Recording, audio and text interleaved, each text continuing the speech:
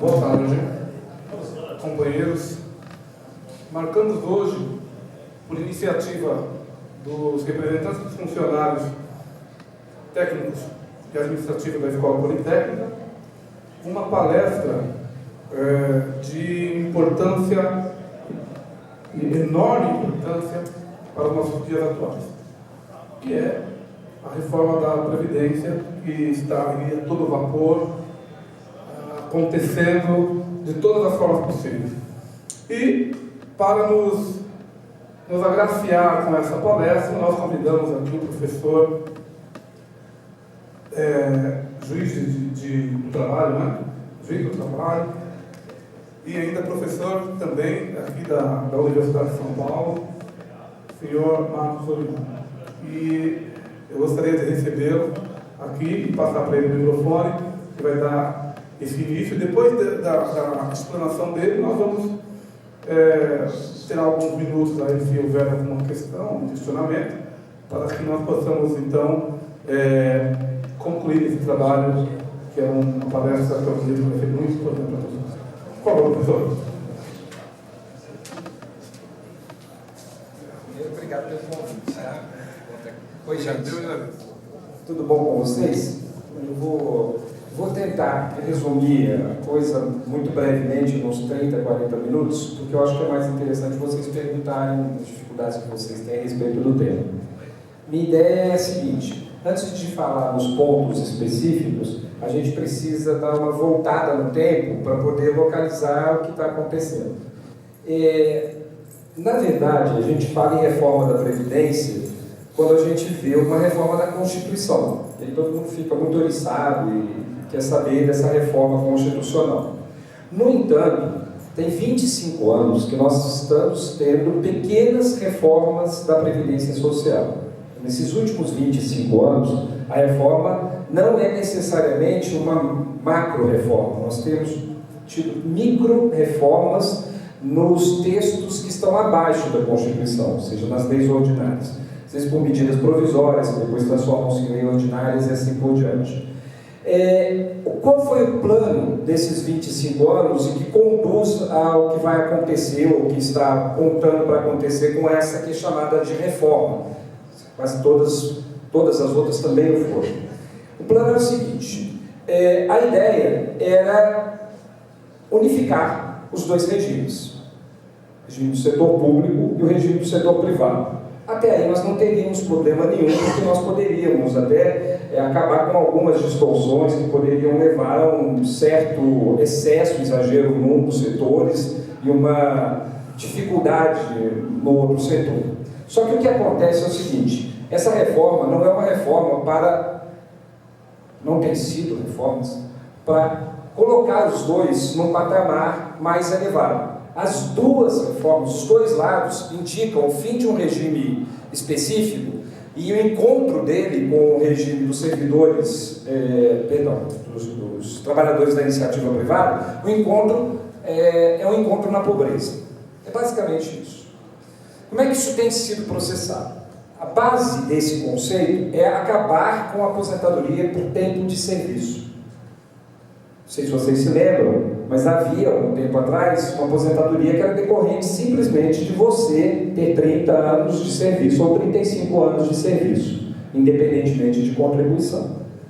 É claro que ninguém estaria infesso à contribuição, porque a contribuição ocorria durante o período, ou se o empregador deixasse de fazer, de alguma forma havia de reaver esses valores.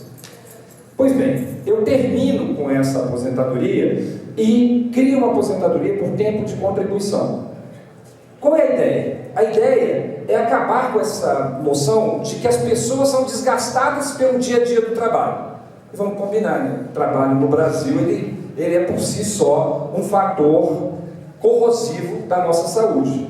Condições péssimas, uma quantidade enorme de exigências para o trabalhador, especialmente o trabalhador braçal, que o deixa completamente estrupiado no final do dia.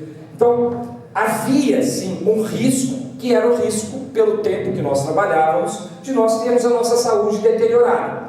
Olha, qual foi a ideia? Tira disso, faz tempo de contribuição e idade, duas aposentadorias simultâneas. Ou você se aposenta porque você contribui 30 ou 35 anos, ou porque você atinge a idade de 65 ou 60 anos, dependendo do seu censo. A ideia era essa. Mas, ao mesmo tempo, você está jogando as pessoas por um sistema contributivo que vocês sabem que em momentos de crise, enfim, todas essas, não há possibilidade necessária de que não há uma correspondência necessária de que haverá mais ingresso de valores para o sistema previdenciário. Então, se eu não vou ter a certeza de ingresso, eu preciso diminuir os benefícios. Aí eu começo a jogar as pessoas para condições que são depreciativas da saúde, e nessas condições, quando a pessoa vai pedir aposentadoria por invalidez, auxílio-doença, eu tenho que criar dificuldades para que ela acesse esses benefícios. Então, olha o trajeto. Eu acabo com o tempo de serviço como depreciador da saúde, coloco na idade e no tempo de contribuição, vejo dificuldades aqui, aí eu jogo as pessoas para um sistema de invalidez, que é um sistema que não protege. O mesmo vai acontecendo concomitantemente com um acidente no trabalho. Ou seja, você vai para esses sistemas. Um exemplo claro são as dificuldades cada vez maiores de as pessoas obterem no INSS, por exemplo, um auxílio-doença. E não raras vezes eles iam para o judiciário, o juiz concedia com base na perícia judicial, e agora saiu uma lei recentemente dizendo que o juiz tem que indicar um prazo para a doença. Imagina eu, lá de cá, peguei uma pessoa adoentada, vou dizer que ela vai ficar adoentada 6, 7, 8 meses. Eu não sou, tem bola de cristal, né, para adivinhar, programar a doença da outra pessoa. Ao mesmo tempo que eles fizeram isso, eles foram desconstruindo a aposentadoria em condições especiais. Aquela que você trabalha com agentes agressivos da saúde. Dela também houve uma diminuição de proteção social. Qual foi a diminuição de proteção social? Antigamente, bastava você estar numa atividade que era agressiva à saúde, você simplesmente estava catalogado ali e você recebia a proteção social decorrente de estar realizando uma atividade agressiva. Aí eles tiram isso da jogada e passam a fazer com que você tenha que demonstrar a agressão à saúde. Ou seja, se trabalhando com ruído muito alto, 25 anos, ao invés dos 30, 35. Se você é mineiro, 15 anos, algumas são mantidas pela atividade, como mineiro, mas a maior parte delas, como eletricidade, ruído, você passa a ter mais dificuldades probatórias. Isso é intensificado a partir de 95 a 97. Então, olha a trajetória, nós já estamos aí desde que a Constituição saiu, um pouquinho depois, nos anos 90, a gente já está vendo uma intensificação da diminuição de proteção social. Só que isso é feito por leis ordinárias. Ou seja, aquelas leis que você não vai reparando que está acontecendo a sacanagem. Ela simplesmente vai entrando na sua vida. Percebeu? Então, isso fez com que houvesse uma depreciação da condição específica dos trabalhadores do regime geral. Mas, ao mesmo tempo, eles têm que pegar o servidor público e jogar o servidor público nesse lugar comum. E aí eles começam um processo de tirar uma proteção específica do servidor público e jogar o servidor público para o mesmo tipo de proteção. Olha, significa que eu acabo com o regime dos servidores que não são regidos pela CLT, só para facilitar.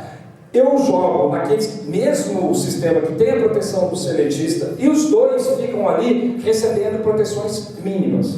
Então, esse é o projeto.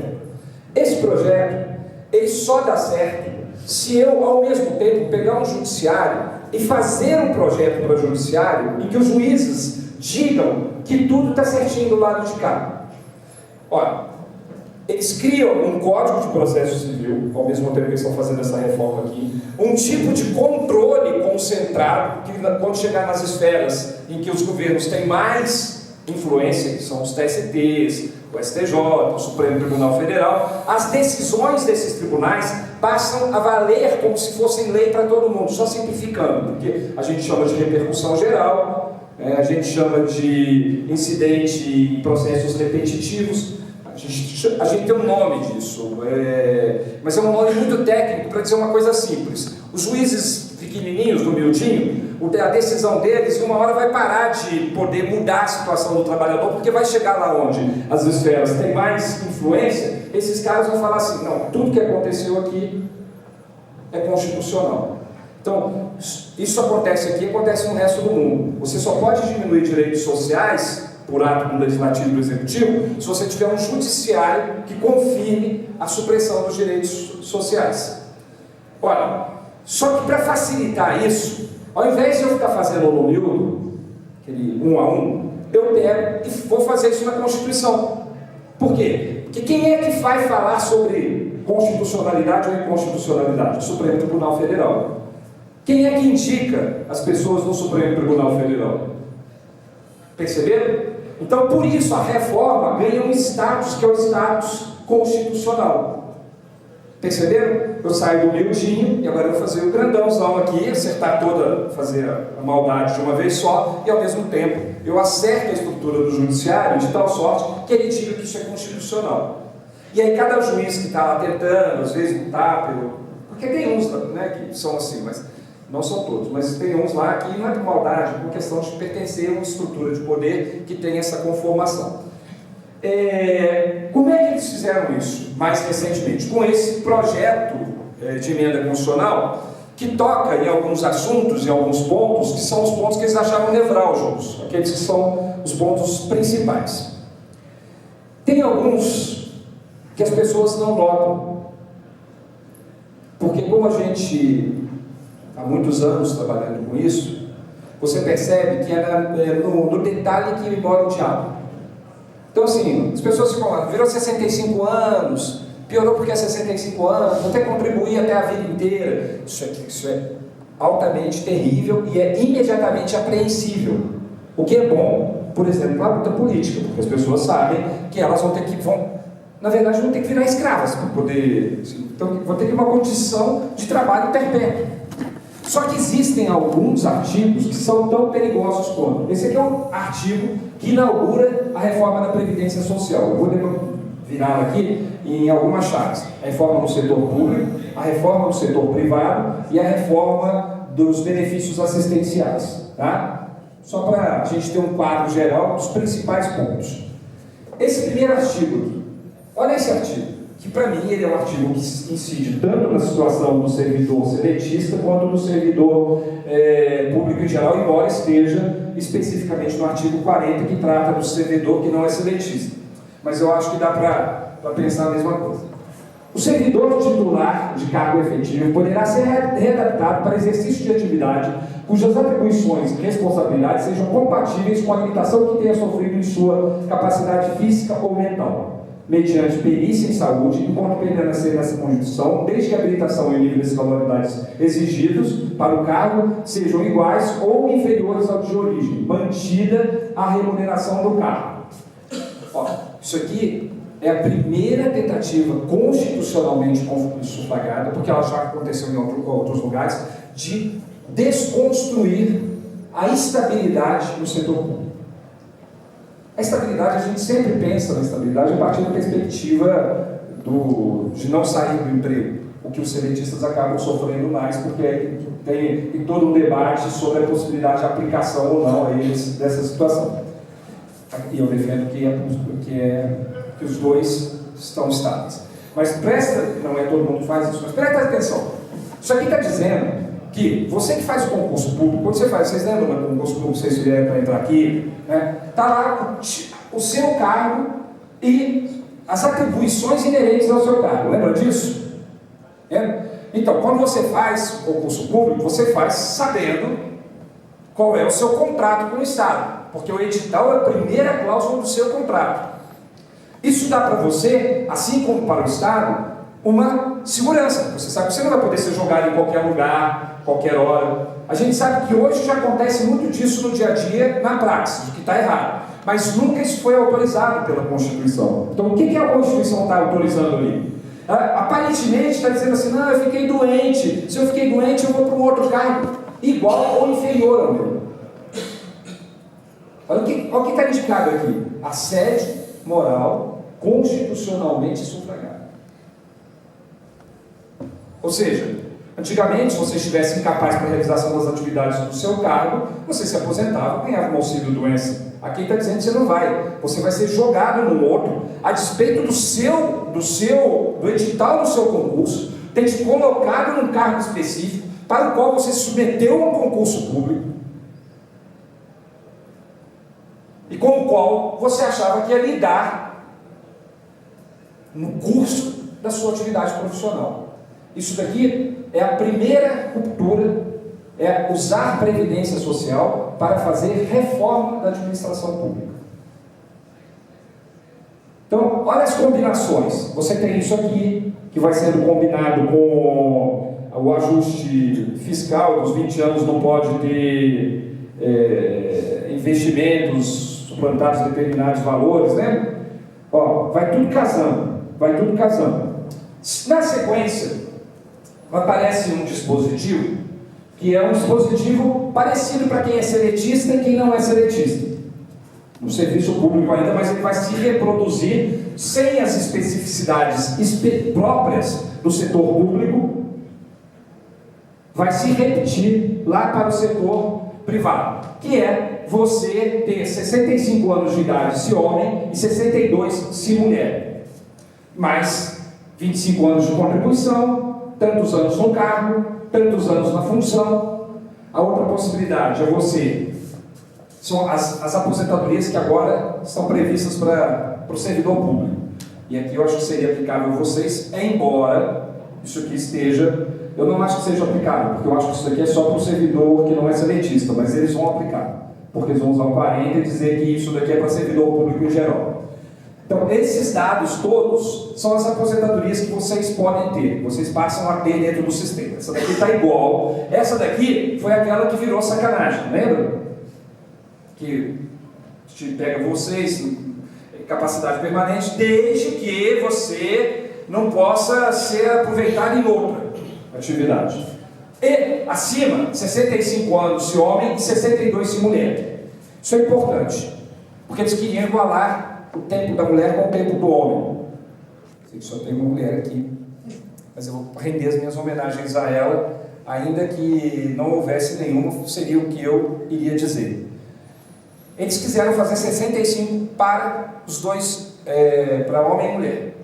Houve uma pressão muito grande, porque a mulher, e vocês vão confirmar, companheiros, a mulher chega em casa e faz a marmita dos 6. Vamos combinar? Vocês chegam lá, ligam a televisão e a mulher está lá fazendo a marmita dos 6. Né? Vocês acham que ela está cuidando do filho lá e você está, eu estou cansado. E ela não está cansada, pô.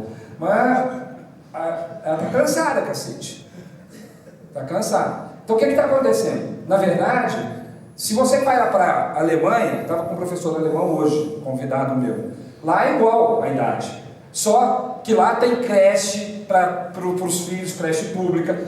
Vocês sabiam que durante um ano, homem e mulher podem ficar em casa cuidando do filho? E isso é repartido entre os dois.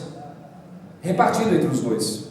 Então assim, não dá para falar que a Alemanha, o cara chega aí e vai dizer, na Alemanha, na Alemanha não. Aqui a mulher chega em casa e vai botar a barriga no forno e vai botar a barriga no tanque. E a gente, infelizmente, não deveríamos ser assim, então é para corrigir, e não vai falar que tá velho demais para aprender não, porque eu também estou velho e estou aprendendo, né? Que é dividir as atribuições com a companheira. Aí tem gente que vira e fala assim, mas por que a mulher vai ter menos idade, menos não sei o que lá, e fica assim, então tá bom, então vamos fazer o contrário, vamos sofrer, elas em geral ganham menos salário do que a gente. Em geral, elas sofrem uma coisa que a gente não sofre, que é assédio sexual, que é terrível no ambiente de trabalho. Enfim, vamos botar um cliquezinho na orelha, fazer um trick, e ver que é diferente mesmo, e que isso aqui sequer contempla efetivamente o que a mulher, porque a diferença era de 5 anos, e havia um sentido de ser de 5 anos, que desapareceu. Isso daqui foi uma conquista da luta. Uma conquista muito pequenininha, porque isso aqui já é o parecer do relator, que mudou o que era 65 e 65 para 62 para a mulher. Mas é uma conquista muito pequenininha. Não vamos ficar alegre com isso não, porque está errado até 62. Era para ser 60 para ela e 65 para o homem. Não era para ter esse limite de idade para nenhum dos dois. Mas qualquer diferença no tempo de contribuição, como existia, devia ser de 30 e 35 igual estava e não botar limite de idade em lugar nenhum. O correto era isso. Porque o trabalho aqui envelhece a gente demais, gente. O trabalho aqui envelhece qualquer um, o trabalho é sacrificante. Então, quando eles tiram um tempo de serviço dessa jogada e botam a idade avançada, pô, vamos combinar, trabalhar até 65 anos de idade, assim, obrigatoriamente, tendo contribuído já 35, porque quando você chegar lá nos 65, sabe quanto vocês vão ter contribuído em média? 40 e 45 anos. Já imaginou isso? É muita contribuição para o sistema, né? Que diz que você tem que ter no mínimo 25 anos. Ninguém vai chegar aos 65 anos de idade trabalhando tão cedo como o brasileiro trabalha. Chegar em 65 anos, vai chegar com 40 anos de contribuição tranquilamente. E assim, às vezes você não contribui num, contribui no outro, faz trabalho picado, igual acontece muito no Brasil, mas aí se você não contribui, não é problema seu, porque na verdade o empregador não recolhe, você não tem condições, mas você está lá fazendo a sua atividade laboral. Então assim, essa é a primeira das maldades junto com aquela anterior. Então, eu só estou abrindo o saco de maldades, tá bom? Ele ainda está bem no comecinho, Deixa eu ver se eu acho já, aqui tem vários, mas eu vou poupar vocês de alguns, porque alguns são muito técnicos. Recebimento conjunto de alguns benefícios passou a ser vedado, antigamente era possível. É muito comum você ter dois empregos, qualquer pessoa ter dois empregos, um no setor público e outro no setor privado, e contribuir para os dois, né? Que estão tirando essa possibilidade de acumular várias hipóteses que você contribui duas vezes. Então, uma delas vai para o saco. Uma delas você contribui um tempão, vai para o saco. E tem uma regra de transição. Aqui, isso daqui, ó. Isso daqui é terrível, que acontece tanto no setor público quanto no setor privado. Que é a pensão vai passar a ser 50%. Hoje no setor público dá 70%, porque você tira os 30%. E no setor privado, 70% do valor da sua aposentadoria. Lá no setor privado também é 100%. Vai passar a ser 50%, e cada dependente que você tiver na lei vai ganhar mais 10 pontinhos. Aí cada um que morrer, você vai perdendo os 10 pontinhos e fica com 50. A mulher fica só com 50. Agora, isso aqui é terrível, porque isso aqui acontece no dia seguinte a promulgação da Constituição Federal. Significa o seguinte: ou vocês morrem antes, ou se vocês deixarem a Constituição acontecer e morrer depois da Constituição, as esposas e o esposo do senhor estão em maus lençóis, porque vão ter a diminuição imediata dos venenosos. Então, hoje ainda está 100%. Então, o senhor trate de tomar um veneno lá e morrer, porque aqui, se o senhor insistir em ficar vivo até o advento desse negócio aqui, a esposa do senhor está perdida. Então assim, por quê? Porque a jurisprudência já indicou que a aplicação é imediata.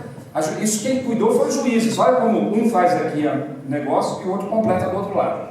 Então isso aqui foi uma interpretação hoje consensual entre os juízes, que a pensão é aplicado à lei do momento que a pessoa morre. Então a lei que é aplicada é quando ela morre. Se você morre agora, você ganha 100%. Se você morre depois que isso aqui for aprovado, a sua esposa, o seu esposo vai ficar com uma diminuição do valor de pensão. Uma diminuição drástica, né? Diminuição drástica nos dois setores. Nos dois, seguido. Essa regra de transição aqui, deixa eu ver se eu acho. Essa regra de transição, ela existe para os dois setores. Isso aqui está específico no setor público. Que é o seguinte. Vamos olhar o meu caso, por exemplo. Eu vou pegar o meu caso, porque com um caso concreto vocês entendem. Eu hoje tenho 53 anos de idade. Pela regra de hoje, eu aposentaria daqui a 5 anos, com 58 anos de idade e 35 anos de contribuição. Com tudo isso que a gente tem, eu contribuí com nunca fiquei sem contribuir. Sempre contribuí com 11% do meu salário, seja de juiz, seja de professor. Então, eu chegaria com 58 a 35. Aí tudo bem, ele é jovem ainda. Vai ficar lá no judiciário vendo quantidade de... Você vê que vocês estão olhando aqui, fisicamente a gente fica até depreciado. Aí 58. A regra anterior, essa que era a mudança anterior, me dizia que eu tinha que ficar mais 2 anos e um pouquinho, que era mais 20% do tempo remanescente. Tudo bem, eu falei, 60 anos, vai lá, eu vou ter 37 anos de contribuição, tem mais do que os 35 exigidos. Vamos lá, eu me acomodo. Aí vieram, e pioraram ainda, porque aquilo que era 61, 60 que eu chegaria, ele precisa dessa idade mínima aqui. Só que essa idade mínima, a partir daqui a 3 anos, ela vai sempre aumentando. Ela vai aumentando 1 ano a cada ano. Então eu, por exemplo, eu não vou conseguir chegar nunca a ter uma transição, porque a cada vez que eu estiver próximo de chegar, ela vai aumentar 1 ano. Eu vou ficar correndo atrás do rabo. Puta! Estão me gravando? Essa é a palavra que estava na cabeça de todo mundo, né? Que isso, cara? Não é assim? Assim, é aquela traição explícita, né? Assim, não é nem o cara fazer de levinho, não. Bem explícito mesmo. Mas hoje eu vou evitar os palavrões. Hoje eu vou ser mais complacente com os palavrões. E tem uma coisa. Sabe aquela idade lá que eu falei lá para trás mente? De 65 e 62? Vocês querem uma maldadezinha maior? A cada vez que aumentar a expectativa de sobrevida no Brasil, não é nem a expectativa de vida, mas aumentar um pouquinho a expectativa de sobrevida, aquilo aumenta na mesma proporção. Então hoje é 62 e 65, mas daqui a uns 5 anos pode ser 70, 72 anos a idade mínima. Não é? Né? Os caras são prof na maldade. Não é coisa simples, não, fazer esse tipo de coisa. O cara nem tem engenharia. Ele tem engenharia na cabeça, porque sem engenharia você não faz um negócio desse, não. E, aliás, em geral, são os engenheiros mesmo que fazem a maldade no Brasil, né? Não, é verdade. Eles são muito bem... Não, é verdade. Eles saem desses lugares e como eles têm uma mente matemática, eles não pensam nas pessoas, eles pensam na administração e tudo mais. Então eles quase todos os que vão sair daqui, 80%, vão para banco. Não vai virar engenheiro, não. Tá vendo esses meninos aí, que fica enchendo o saco vocês, esses professores? Esses meninos, vai tudo virar grande administrador de banco, CEO de banco. Por quê? Porque eles só lidam com o número, eles não entendem os seres humanos. Então eles são as melhores pessoas para essas coisas. Por isso que vocês devem ter aqui gente bem seguindo. Achei que tudo gasto ainda, mas deixa eu falar. A casa dos outros a gente não pode. Seguindo. Aqui. Então as regras de transição, deixa eu pegar aqui. Isso daqui mostra que a luta importa. Que a luta importa, mas que essa gente não é boba. Então assim, por que a luta importa? Porque se vocês forem contabilizar o tal do déficit da Previdência Social, eles dizem, numa mágica estrondosa, eles aumentaram em 70% que vinha eu não sou do governo da Dilma, não sou maior, mas que vinha declarado no governo anterior. De repente, nesse governo, numa mágica, virou 70% a mais. E esse 70% a mais é algo que eles declaram em 160 bilhões, e às vezes eles aumentam um pouquinho em uma outra estatística já pensando no futuro. Mas vamos colocar 160 bilhões.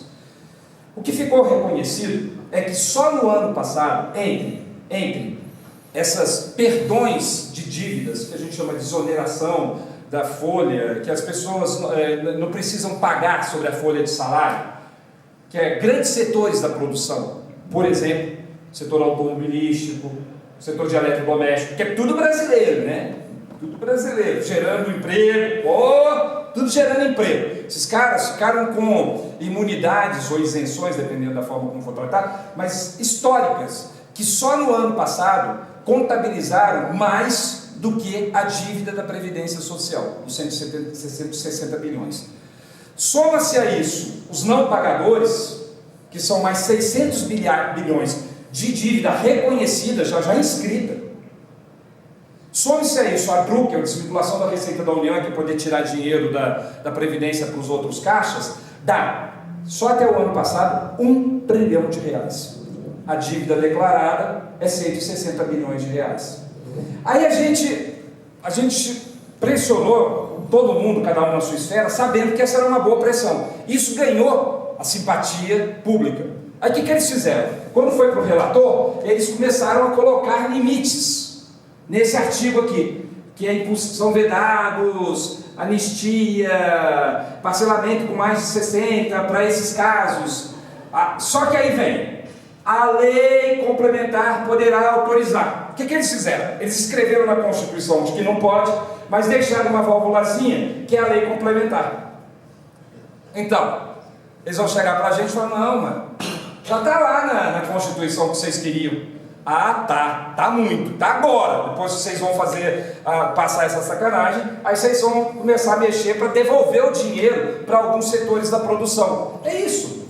Nosso dinheiro é que salvou, depois da crise de 2008, ajudou a salvar nós, como outros capitais de países da periferia do capital, a crise que os Estados Unidos tinha. A gente fez tanta remissão de dívida aqui do setor automobilístico, Ford, essas coisas, recebeu tanto dinheiro e não gerou emprego.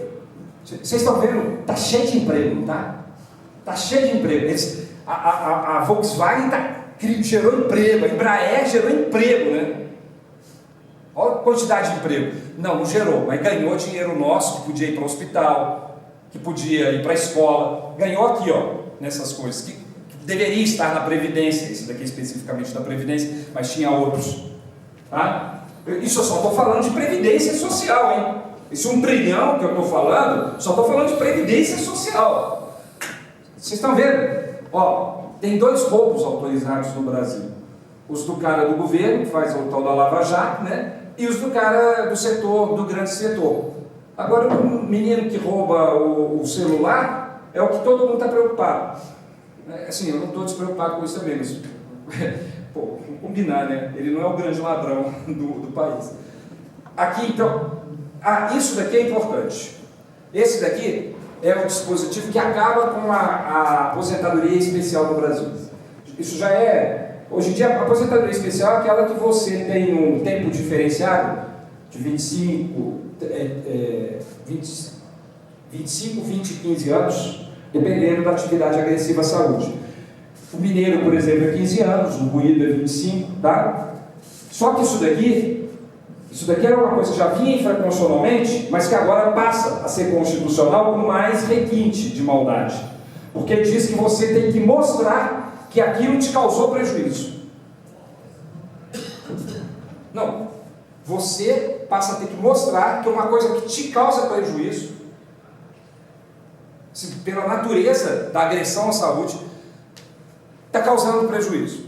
Aí significa o seguinte, que você vai ter que ir atrás de perito, você vai ter que ir atrás da empresa para te dar que tenha compreensão com você para fazer a perícia e assim por diante.